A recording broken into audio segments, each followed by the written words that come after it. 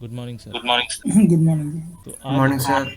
राशि, चर राशि, स्थिर राशि और राशि का जो प्रकृति है, तत्व है, उसके बारे में बता रहे थे। सर बताइए कौन सी? जो पहली राशि यानी मेष राशि जो है, ये राशि अग्नि तत्व है और ये राशि की जो नेचर है वो है चर। ठीक है, चर राशि कौन कौन से हैं सबसे पहले ये बता देता हूँ मैं। चर राशि ये जो केंद्र स्थान है ना, यानी 1, 4, 7 और 10, ये चारों राशियां जो है चर होती है, यानी मूवेबल साइन। इसमें कुछ भी मूवमेंट होता है वो फास्ट होता है। यहाँ पर हर एक ग्रह को ना एक अपना फ्रीडम मिलता है। उसमें जब भी इन चारों घरों में जब भी कोई ग्रह जाता है, उच्च का हो या नीच का हो, उसमें उसको एक फ्रीडम मिलता है, स्पेस मिलता है कि वो अपना बड़े आराम से चीज़ों को मैनिफेस्ट कर सके। मेष राशि का जो तत्व है वो अग्नि है, आग, फायर, और ये चर अग्नि के रूप में जानते हैं मेष राशि को। आप लोग लिख सकते हैं मेष राशि चर अग्नि, चर राशि और अग्नि तत्व। अब इसका जो एक नंबर से जो 5वां घर है यह है सिंह। इसका नेचर है स्थिर, यानी कि नॉन मूवेबल राशि है,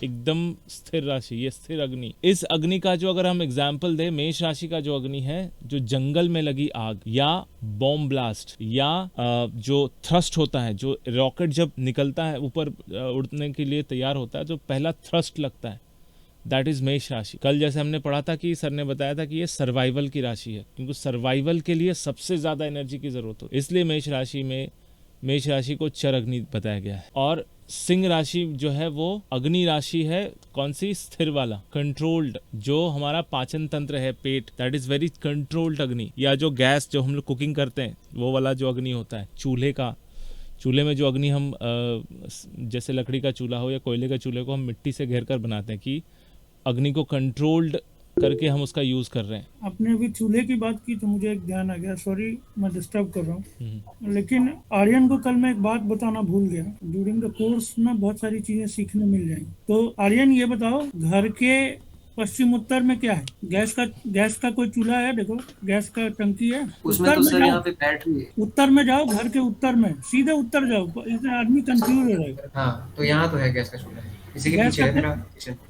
हाँ, तो गैस का चूल्हा है। हाँ, इसी के पीछे। हाँ, तो उसमें कभी आग वाग लग सकती है, तो बी अलर्ट। परसों परसों सर लगी। परसों लगी है क्या? परसों आग लग गई है, लग चुकी है मतलब। हाँ, मतलब बच गई, वरना लग जाती है अच्छे से, चलो क्योंकि चलो कुकर में ऑयल चलो, रखा था और वो। अच्छा चलो बता देता हूँ। अभी इससे एक चीज सीख लो कि शुक्र और शनि जहाँ बैठे होंगे ना एक साथ, तो गैस की टंकी बनाती खराब है। और तुमने कल मुझे बोला, मुझे रात को याद आया, तुमने कहा कि अष्टम में सूर्य, शुक्र और शनि बैठे हुए, तो सूर्य ऊर्जा है, अग्नि तत्व है, और वहां पे शुक्र और शनि गैस की टंकी बना रहे हैं, तो आग लगने का डर है, आग से विस्फोट हो सकता है। तो क्या रेमेडी है? हटा दो वहां से, अग्नि कारक को ही हटा दो, हाँ। उस डायरेक्शन से, हाँ उस डायरेक्शन से हटा दो। देखो ऐसे ना तुमको रेमेडी मिल जाएगी बहुत सारी। हम लोग कभी तो कभी सर बोलते हैं ना कि इधर पूर्व पीला में कर कागज दो। लगा दो, उत्तर से हटा दो, क्योंकि वहीं रखे हो तुम। हाँ हाँ, बिल्कुल। पूर्व में करो या दक्षिण पूर्व में करो, दोनों दक्षिण अग्नि के पूर्व में। तत्व हैं। तो तुम एक चीज समझ गए ना इससे, कि शुक्र और शनि अगर खराब स्थिति में बैठे हो तो गैस की टंकी बनाएंगे। अभी मैंने, एक सोनाली आती है, उसको मैंने बोला था उसके चाचा के कर वो देख के, कि पूरब दिशा में ड्रेन्ड बैटरी रखी है या गैस की टंकी है। क्यों बोला था? इसीलिए बोला था। कि वहां शुक्र गैस शनि बनता है, और हाँ। शुक्र शनि और राहु है, तो राहु है तो रेडिएशन जनरेट होगा, तो बैटरी होने की संभावना बहुत ज्यादा है, ड्रेन्ड बैटरी। तो ये ना ड्यूरिंग कोर्स ना लिखते चलो कि भाई कौन सी चीज क्या बना रही है। चलिए सर। हाँ जी। तो 5वां घर जो है वो जो है कंट्रोल्ड अग्नि होता है, ये इसको कंट्रोल करके यूज किया जाता है। जो हमारा जठरा अग्नि कहते हैं, जिसको पेट का अग्नि कहते हैं, जो हमारे पाचन तंत्र को धीरे धीरे उसको हजम करवाता है, उसको बर्न करता है अंदर, तभी हमारे को एनर्जी मिलती है। और तीसरा अग्निकोण जो है वो है धनु राशि। ये द्विस्वभाव है, आधा चर होता है, आधा स्थिर होता है। तो ये धनु राशि एक ऐसी राशि है, इसमें अग्नि तत्व है, लेकिन ये अग्नि तत्व अपने हिसाब से ये यूज करना जानता है। जब इसको मर्जी है वो हाईएस्ट थ्रस्ट को यूज कर सकता है, तब जब उसको मर्जी है कि उसको कंट्रोल अग्नि को भी यूज कर सकता है। द्विस्वभावी, इसलिए यहाँ पर गुरु का स्थान दिया गया। तो इसमें हमें क्या समझ में आया कि पहला जो है मेष यानी मंगल अग्निकारक है, दूसरा सूर्य ये भी अग्निकारक है, और तीसरा गुरु ये भी अग्निकारक। ठीक है, अब जो है सेकंड में आता है पृथ्वी राशि। 2 नंबर की जो राशि है इसको कहते हैं वृषभ राशि, और इसका तत्व है पृथ्वी। ये कौन सी राशि है? स्थिर राशि है, स्थिर पृथ्वी। ये नॉन मूवेबल मटेरियल है, जो कि पृथ्वी राशि को रिप्रेजेंट करता है, जो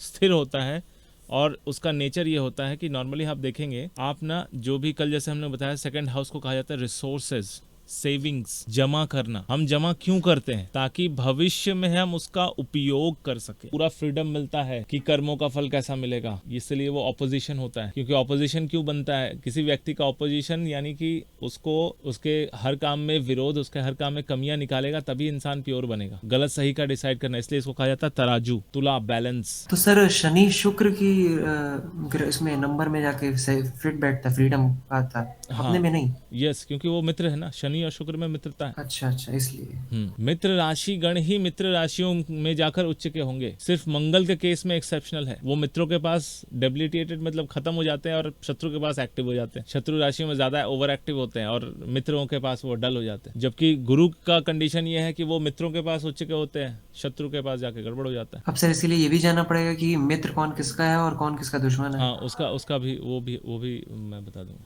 उसका एक लिस्ट आता है, मैं इसको नेक्स्ट क्लास में बताऊंगा। मित्र, अधिमित्र, शत्रु, अधिशत्रु, कौन किसका न्यूट्रल है, ना मित्र है ना शत्रु है। अधिशत्रु मतलब सर?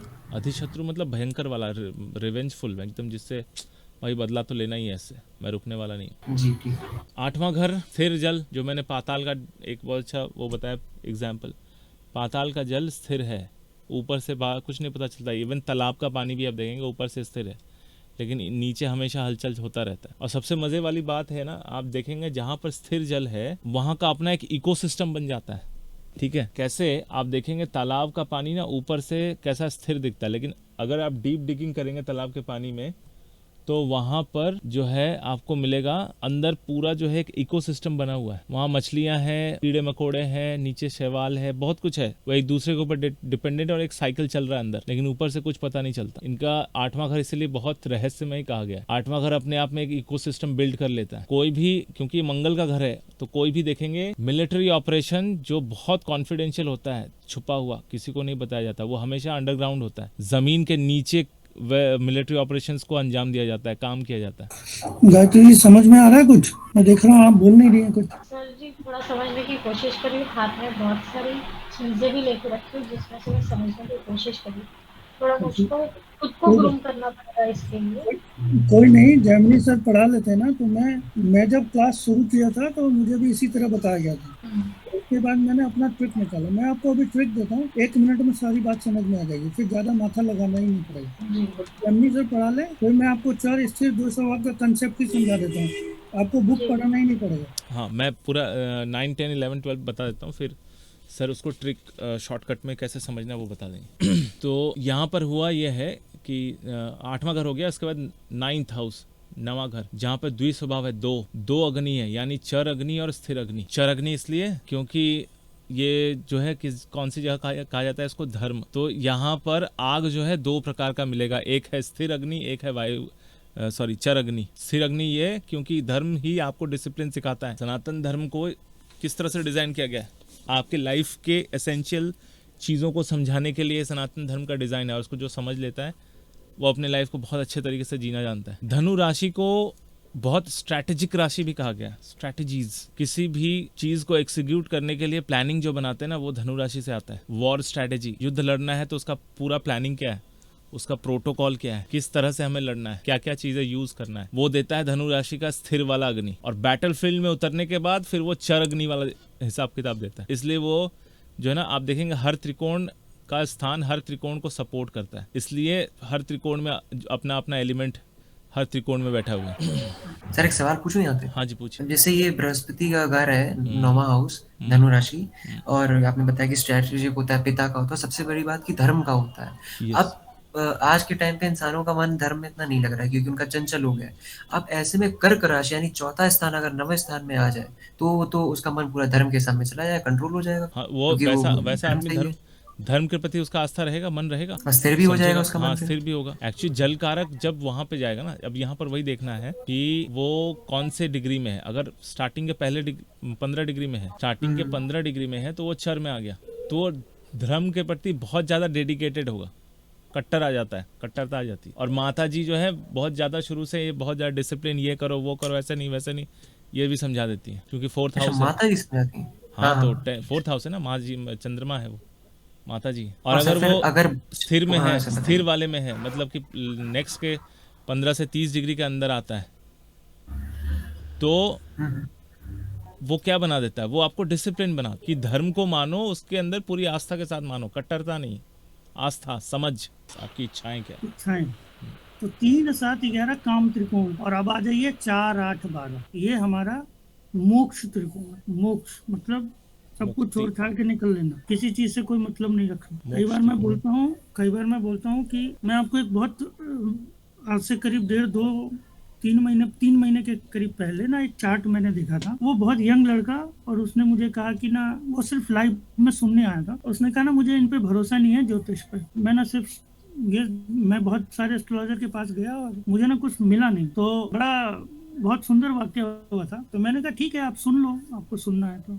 फिर ना लास्ट टाइम में उसने कहा ना कि चलो मैं आपसे भी पूछ ही लेता हूँ। उसने मुझसे एक सवाल पूछा कि मुझे ना कौन सी बीमारी है। मैंने उसको एक बार में बताया कि ना तुमको ना लिवर रिलेटेड प्रॉब्लम है। He was just 23 years old. मैंने कहा लिवर रिलेटेड प्रॉब्लम है, लिवर सिरोसिस है क्या? वो ना भौचक्का रह गया, बोला कि कोई बताया नहीं कि मेरे को लिवर की प्रॉब्लम है, आपने कैसे पकड़ लिया? फिर मैंने उसको रीजन बताया, और उसने मुझे ये बताया कि डॉक्टर मुझे ये नहीं बता रहा है कि प्रॉब्लम क्यों हो रहा है। 22-23 साल की उम्र में लिवर सिरोसिस नहीं होता है बहुत जनरली। तो मैंने उसको एक प्रेडिक्शन दिया। प्रेडिक्शन देने से पहले, देखिए कभी भी ना प्रेडिक्शन देने से पहले चीजों को कंफर्म करिए, ऐसे ही प्रेडिक्शन मत दे दीजिए। मैंने उसको कंफर्म किया। मैंने उसको पूछा कि तुम्हारे घर में ना फूड ना कंटेमिनेट हो रहा है। फूड क्या हो रहा है? तुम्हारे घर का फूड कंटेमिनेट हो रहा है। क्यों हो रहा है? क्योंकि तुम्हारे घर में कोई तुम्हारे पूर्वज हैं जो सन्यासी हो गए हैं, उनको खाना नहीं मिल रहा है। वो आके खाना खा के जाते हैं, और स्पिरिट जब खाना को टच करता है तो फूड कंटेमिनेट होता है। और उसको उसने कंफर्म कैसे किया कि उसके गांव में एक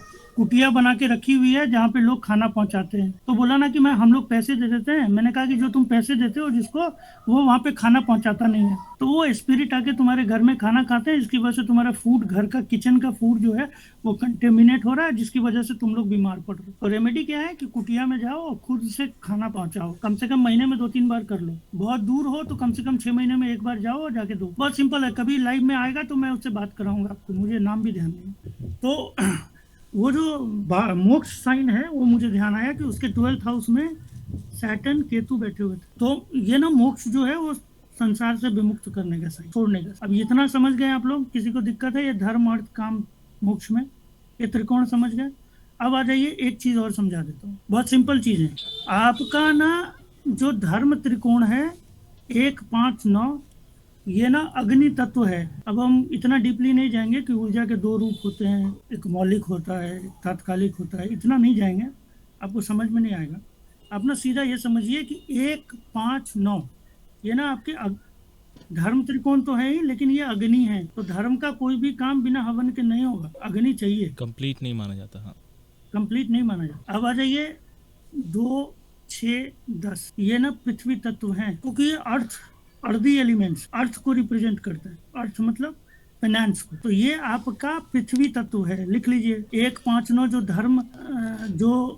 धर्म त्रिकोण है वो अग्नि तत्व का हाउस है तीनों। आपको इससे ये पता चलेगा कि किस हाउस में कौन सा प्लैनेट जा रहा है तो कैसा काम करे, सही है कि नहीं है। अब 2 6 और 10 ये आपका कौन सा हाउस हो गया? अर्थ, पृथ्वी तत्व। ठीक है, यहाँ तक किसी को दिक्कत है? नहीं सर। नहीं। चलिए अब आ जाइए काम त्रिकोण 3 7 और 11, ये आपका काम त्रिकोण भी है। और ये कौन सा तत्व है?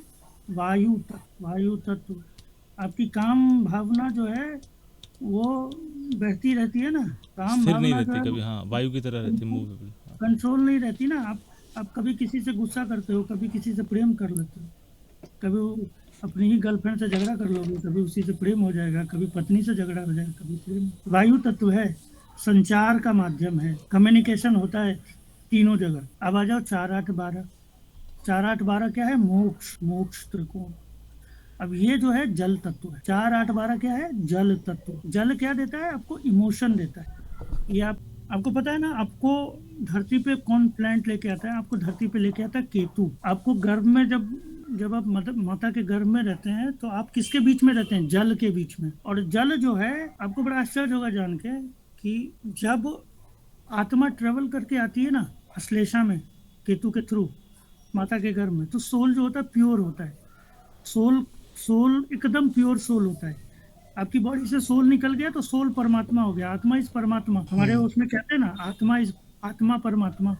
तो जब सोल मदर के गर्भ में आता है, ओम्ब में आता है, तो सोल प्योर होता है। अभी हम लोग जो प्रिडिक्शन करते हैं तो ये कहते हैं कि भाई पास्ट लाइफ में तुमने ये किया था इसलिए तुमको ये मिला या ये मिलेगा। तो भाई जब सोल प्योर होके आया तो पुराना जन्म का कर्म कहाँ से घुस गया, उसमें कहाँ से घुस गया? थ्रू जल घुस गया मदर के ओम्ब में। आप ना जल में रहते हैं तो कोई भी देखिए आप संकल्प भी करते हैं ना तो जल लेके करते हैं हाथ में। तो जल जो है आपके कर्मों का, पिछले जन्म के कर्मों का हिसाब किताब रखता है। थ्रू जल ही आपका, जब मदर के गर्भ में आप आ जाएंगे जल के बीच में, तो थ्रू जल आपका पुराना जन्म का कर्म सेटल होने लगता है सोल में। तब तक सोल प्योर होता है। जब वो आता है मदर के गर्भ में, एंट्री के टाइम में पूरा प्योर होता है, उसके अंदर में कुछ नहीं होता, बैक बर्थ का कोई कर्म नहीं होता। लेकिन वो जब जल के भीतर आ जाता है तो थ्रू जल जो है ईश्वर उसका पुराना लाइफ का कर्म धीरे धीरे उस आत्मा में सेटल कर देते हैं कि जाओ भाई तुम्हारा ये कर्म तुम्हारे में सेटल कर दिया और तुमको ये भोगना है। तो जो हमारा 4, 8, 12 है बहुत इंपॉर्टेंट हाउस है, इसके थ्रू आपका कर्म सेटल होगा, कर्म डिलीवर होगा। ठीक है, अब समझ लीजिए कि किसी का 4 नंबर अगर लगन में आ जाए तो पर्सन कैसा होगा। अब बताइए, 2 चीजें समझ गए ना, तत्व समझ गए, जल तत्व समझ गए, चर राशि समझ गए। अब 4 नंबर क्या है ये बताओ। सर मोक्ष का रिप्रेजेंटेशन करता है तो अह, फिर वो नहीं 4 मतलब नंबर क्या है? 4 नंबर किसी का लगन में आ गया तो क्या हो गया? सर वो उसका दुनिया से कटाव हो जाए एक तरीके से। नहीं 4 नहीं, नंबर क्या हो गया? 4 नंबर पहले तो ये देखो कि कौन सी राशि है। चर राशि है, चर चर है। और कौन सा साइन है? जल का। जल का मैंने क्या बोला? इमोशन है। तो ऐसा आदमी क्या होगा? चर है तो एक्टिव तो होगा, एक्टिव होगा ना भाई। चर राशि लेके बैठा हुआ तो एक्टिव तो है, लेकिन कैसा एक्टिव है भाई? इमोशन बहुत है, इमोशनली बहुत एक्टिव है। आप देखो जितने कैंसर लोग वाले होंगे उनको जरा सा कुछ बोल दो वो झगड़ा कर लेंगे आपसे, क्योंकि वो इमोशनल भी है और एक्टिव भी है। डेंजरस कॉम्बिनेशन, इमोशनली बहुत एक्टिव है।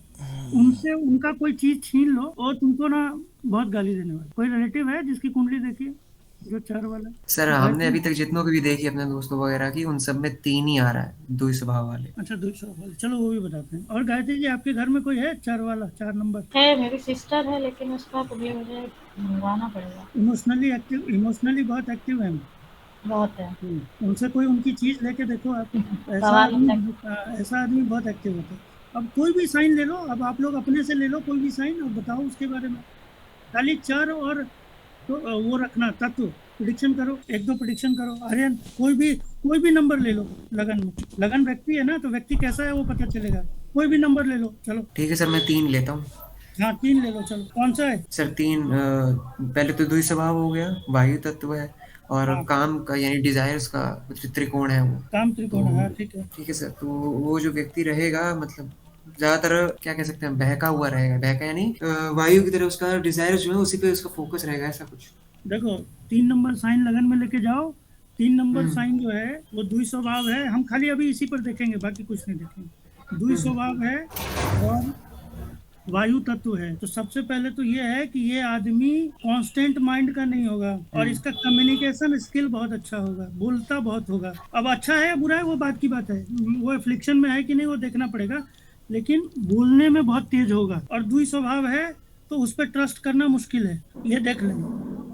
एक मोटे तौर पे बता रहा हूँ कि अगर द्वि स्वभाव राशि लेके बैठा है तो तुम ये नहीं जान पाओगे कि वो कब अगले पल क्या करने वाला है। और 3 नंबर हाउस जो है वैसे भी कम्युनिकेशन का है, तो आदमी बातूनी बहुत होगा, बोलने वाला। और ना काम भावनाएं बहुत रहेंगी, मतलब सांसारिक चीजों से लगाव बहुत रहेगा। तो सर वो मटेरियलिस्टिक वर्ल्ड में ज्यादा घुसा रहेगा, ज्यादा घुसा रहेगा, मटेरियलिस्टिक चीजों में ज्यादा रहेगा इन्वॉल्व। ये चीजें कोई भी साइन उठा के देख लो आप, उसी तरह से सर रहेगा। इसी में अगर 12 रख दें यहाँ पे, क्योंकि 12 भी जो है वो क्या कहते हैं, चर राशि है। 12 स्वभाव है। मोक्ष त्रिकोण जल है, तत्व है। जल तत्व है, मोक्ष त्रिकोण है। तो जो 12 नंबर वाले लोग होते हैं ना, वो पास्ट लाइफ से बहुत सारा कर्म कैरी करते हुए आते हैं, उनमें बहुत स्ट्रांगली रहता है, क्योंकि जल तत्व लेके आए ना, तो पास्ट लाइफ का बहुत सारा कर्म लेके आए। तो 12 नंबर साइन अगर लगन एफ्लिक्टेड नहीं है तो ऐसा व्यक्ति बहुत दानी प्रवृत्ति का होगा। सर ने बताया था बहुत सारा दान करेगा। और ना वो पर्सन भी इमोशनली बहुत जुड़ा रहेगा लोगों से, क्योंकि जल तत्व की राशि है ना, तो जो भी है मोटे तौर पे वो जुड़ा रहेगा व्यक्ति से, जहाँ भी रहेगा वहाँ पे जुड़ेगा, वो चढ़ वालों की तरह नहीं है। तो ये हमारा ना पूरा का पूरा चर और जल तत्व काम कर। ठीक है, अब दूसरी चीज बताता हूँ। यहाँ तक समझ में आया? यहाँ तक क्लियर है? आप लोग अपना घर पे होमवर्क कर लेना, अलग अलग साइंस को रख के अलग अलग पर्सन्स का ना नेचर देख लेना। अभी फिलहाल इतना ही कर लो। अब ना मैं आपको ग्रह थोड़ा सा एक शॉर्ट में बता देता हूँ। अगले क्लास में जेमिनी सर बताएंगे किसका किसके साथ मित्रता है या शत्रुता है, लेकिन अब मैं ना एक चीज बता देता हूँ आपको कि हर ग्रह की प्रकृति कैसी। तो आपका जो मेष है, मंगल जो है, टोटल हमारे पास कितने ग्रह हो गए? 9। यहाँ तक कंफर्म है? जी, एक डाउट है सर यहाँ पे। हाँ बोलो। मतलब अगर एप्लीकेशन के थ्रू अगर देखते हैं तो यहाँ पे ये लोग प्लूटो, नेपच्यून और यूरेनस इन सबको भी इन्वॉल्व करते हैं। हाँ, इनको थोड़ा साइड रखो। प्लूटो, नेपच्यून, ये सब के बारे में अलग से क्लास है। वो एडवांस लेवल का, एडवांस में जाएंगे। अभी बेसिक वाला समझो ना पहले, उसके बाद ही तो एडवांस। मतलब हाँ, उसको ना रखो ना, मैं वही पूछना चाह रहा था। हाँ। अभी मत रखो। अभी जेमिनी सर बता रहे थे कि हमने भाई कल की क्लास में मंगल को भी देख लिया, बुध को भी देख लिया, गुरु को भी देख लिया, सबको, सूर्य को भी देख लिया। 2 चीजों को नहीं देखा था, राहु केतु। वो बाकी रहेगा। आज ना मैं राहु केतु थोड़ा बता देता हूँ। सर ने आपको बहुत कुछ बता दिया है, मैं बता देता हूँ। आप ना दिमाग में ये रखो कि राहु 2, जहाँ पे 2 लिखा है, अब मैं ना 2 लिखा हुआ नहीं बोलूंगा, आप लोग समझ गए हो। तो जहाँ पर भी टॉरस और जेमिनाई साइन आएगा, वृषभ या मिथुन, वहां पे रहेगा राहु। कहीं पर भी टॉरस हो, जेमिनाई हो, वहां पे राहु जा रहा है तो राहु उच्च का हो गया। अब उच्च नीच के बारे में मैं बताऊंगा, उसकी कहानियां हैं बहुत सारी। और सूर्य, ये दिख गया आप लोगों को? दिख रहा है स्क्रीन? ये देखिए मित्र कितने हैं बुध के, सूर्य और शुक्र। मुझे ना चार्ट वार्ट नहीं देखना पड़ रहा है, मुझे तो कहानी याद है। हाँ, इनको थोड़ा सा क्लियर हो जाए, कहानी को रिलेट कर पाएंगे।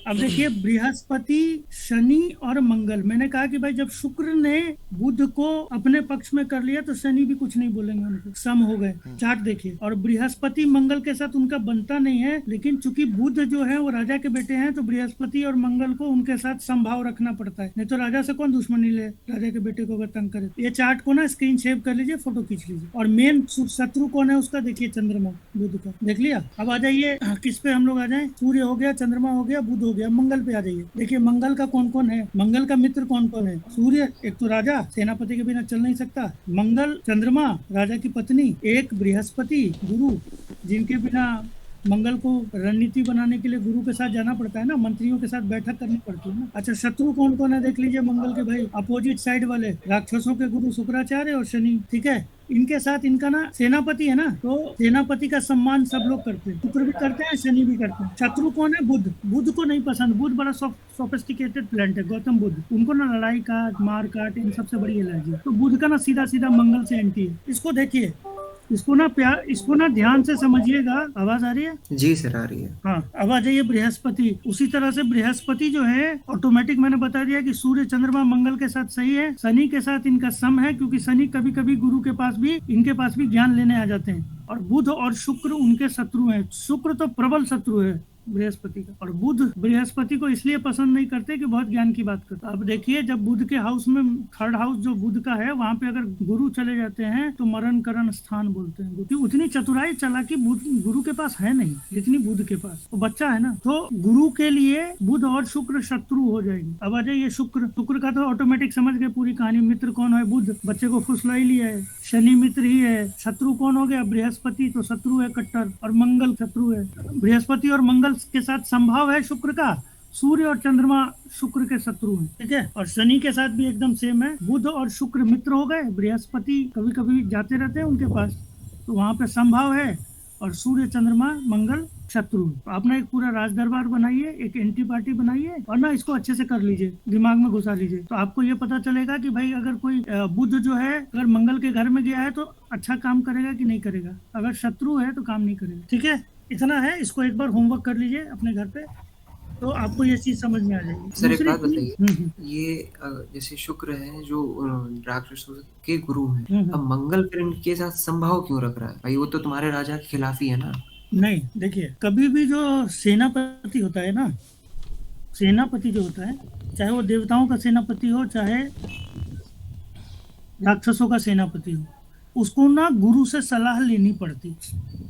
तो ना उसको देखिए, मैं हमेशा, एक बहुत बड़ा कंफ्यूजन है जब आप एस्ट्रोलॉजी सीखेंगे कि गुरु बड़ा या शुक्र बड़ा, जुपिटर अच्छा कि शुक्र अच्छा। आपको ना धीरे धीरे सीखेंगे ना तो आपको लगेगा ना शुक्र बहुत अच्छा। मैं ना शुक्र बेस्ड एस्ट्रोलॉजी करता हूँ, मैं ना टेक्निक्स देता हूँ। शुक्र ना तकनीक की बात करता है। देखेंगे शुक्र राहु जो लेके बैठा है वो IT का बहुत अच्छा एक्सपर्ट हो। शुक्र तकनीक की बात करता है। और शुक्र इतना बढ़िया प्लेनेट है शुक्र के पास संजीवनी विद्या है, जो कि बृहस्पति के पास भी नहीं है। बृहस्पति को भी अपने बेटे को शुक्र के पास भेजना पड़ा था, किसके लिए? संजीवनी विद्या के लिए। वो कहानी कभी सुनाऊंगा। तो एक सेनापति जो है, एक अच्छा सेनापति वही है जो जिससे एडवाइस मिले ले। अगर वो नहीं ले रहा तो अच्छा सेनापति नहीं है। वो गुरु की इज्जत करता है। जिसके पास बाहुबल है ना, मंगल क्या है ना, बाहुबल है, तो जिसके पास बाहुबल है वो ना हर गुरु की इज्जत करे। इसीलिए मंगल जो है वो संभाव रखे। चलिए ठीक है, ये एक बार आप अध्ययन कर लीजिएगा, कोई कंफ्यूजन होगा तो पूछिएगा। दूसरा जो एक लास्ट में खत्म कर रहा हूँ सर, वो कुंडली वाला वो ले आइए, बहुत एग्रेसिव होकर फाइट करेगा। तो अभी जब पूरा कारक तत्व वगैरह समझ लोगे तब हाउसेस के जो नंबर है उसको इधर उधर करना, राशि को। सर एक बात पूछनी थी यहाँ पे, जैसा कि आपने बताया कि मंगल इसकी ओनरशिप लेके रखा हुआ है, सूर्य के पास इसकी इंटरनल स्ट्रक्चर है, ठीक, कारक तत्व, और ये है अग्नि तत्व का, ठीक है। अभी अगर इसमें यानी क्या कहते हैं, मंगल कंडीशन है नहीं, मंगल यहाँ पे मंगल कहीं और है, तो उसका प्रभाव फिर बिल्कुल ही अलग चला जाएगा ना, मतलब इतना एग्रेसिव नहीं होगा फिर। नहीं, फिर ना ये आदमी डल हो जाएगा, डल हो जाएगा, शांत प्रकृति का आदमी होगा, आत्मचिंतन करने वाला व्यक्ति होगा। पर सर अगर आत्मचिंतन करेगा तो आपने बोला इसकी सोल सोई हुई है, कैसे कर लेगा? सोल का प्रभाव नहीं है, तो व्यक्ति के अंदर अगर कुछ नहीं है तो वो तो सोचेगा ना अपने बारे में, उसके पास कुछ है ही नहीं करने के लिए, तो हमेशा ख्यालों में तो रहेगा, सोचेगा तो जरूर। आदमी मर थोड़ी गया है, अगर आदमी जीवित है तो कुछ ना कुछ तो सोचेगा ना। सोल अगर ठीक है, सूर्य अगर ठीक हो गया, मान लो सूर्य खुद आके बैठ जाए वहां पे, बहुत अच्छा रिसर्चर हो जाता है, रिसर्च बहुत अच्छा करता है। स्कॉर्पियो में अगर सूर्य है और अच्छी जगह बैठा है तो बहुत अच्छा रिसर्चर होता है वो। अब वो सूर्य किस हाउस का लॉर्ड हो गया वो भी देखना है। और अगर 8 नंबर यहाँ आप लेके आ रहे हो तो 5 नंबर कहाँ आ गया? 10th हाउस में। तो ना अपने काम को लेके बहुत ज्यादा वो रहेगा, काम को लेके बहुत ज्यादा सोचेगा, क्योंकि 10th का मालिक लगन में चला गया, तो अपने काम के लिए बहुत चिंतनशील रहेगा, काम के लिए बहुत फोकस रहेगा। अच्छा सर, एक सवाल यहाँ पे जो अब लास्ट में, इसके आगे नहीं पूछूंगा, आपने जो बताया अभी उसकी सोल सोई हुई है, विचार वो फिर भी कर रहा है, यानी मानसिक स्तर पे, यानी कॉन्शियस लेवल पे, सब कॉन्शियस तो हो ही नहीं सकता क्योंकि वो सोया हुआ। आर्यन एक चीज समझ लो कि ना, सीधे आप ये नहीं बोल सकते कि 8 नंबर लगन में है तो सन खराब है। ये देखना पड़ेगा कि मंगल की स्थिति क्या है चार्ट में। हाँ बिल्कुल। एक तो रिसर्चर जो वाली बात कही आपने, वो फिर कैसे हो जाएगा? क्योंकि उसे सोच तो रहा है, विचार कर रहा है, तो उसके विचार सार्थक है या ऐसे ही है फालतू?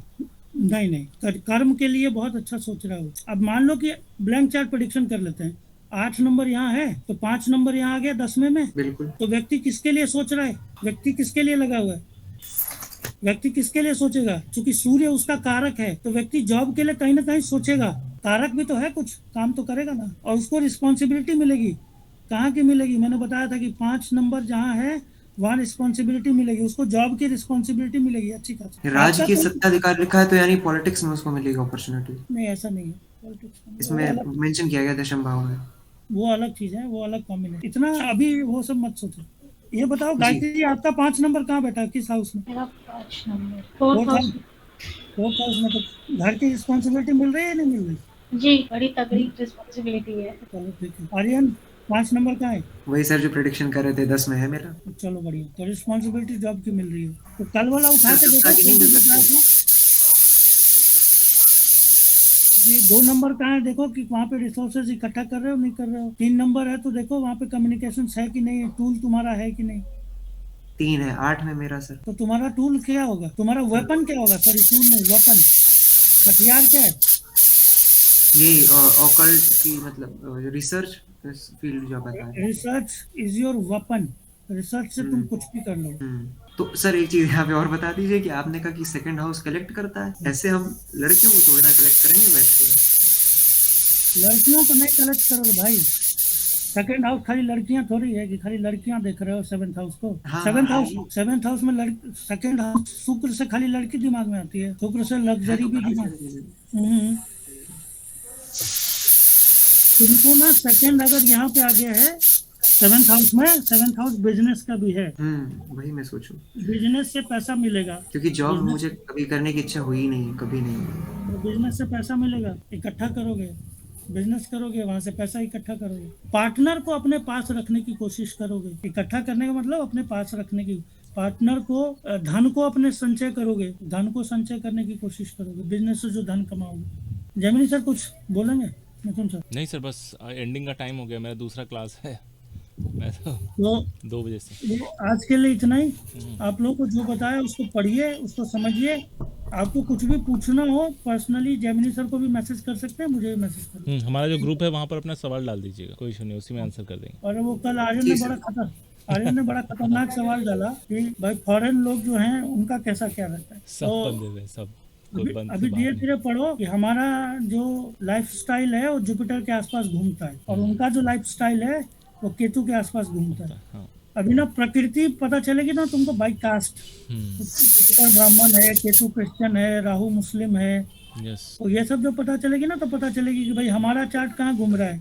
सनातन धर्म ब्राह्मण के चक्कर में घूमता है आसपास, और केतु क्रिश्चियन है तो केतु के आसपास उनका घूमता है फॉरेन से। मिल जाएगा जवाब। हो पाएगा सर फिर? ये लोग मुक्ति नहीं पा पाएंगे इस लोक से। केतु तो ऐसे ही मुक्ति कर देता है भाई।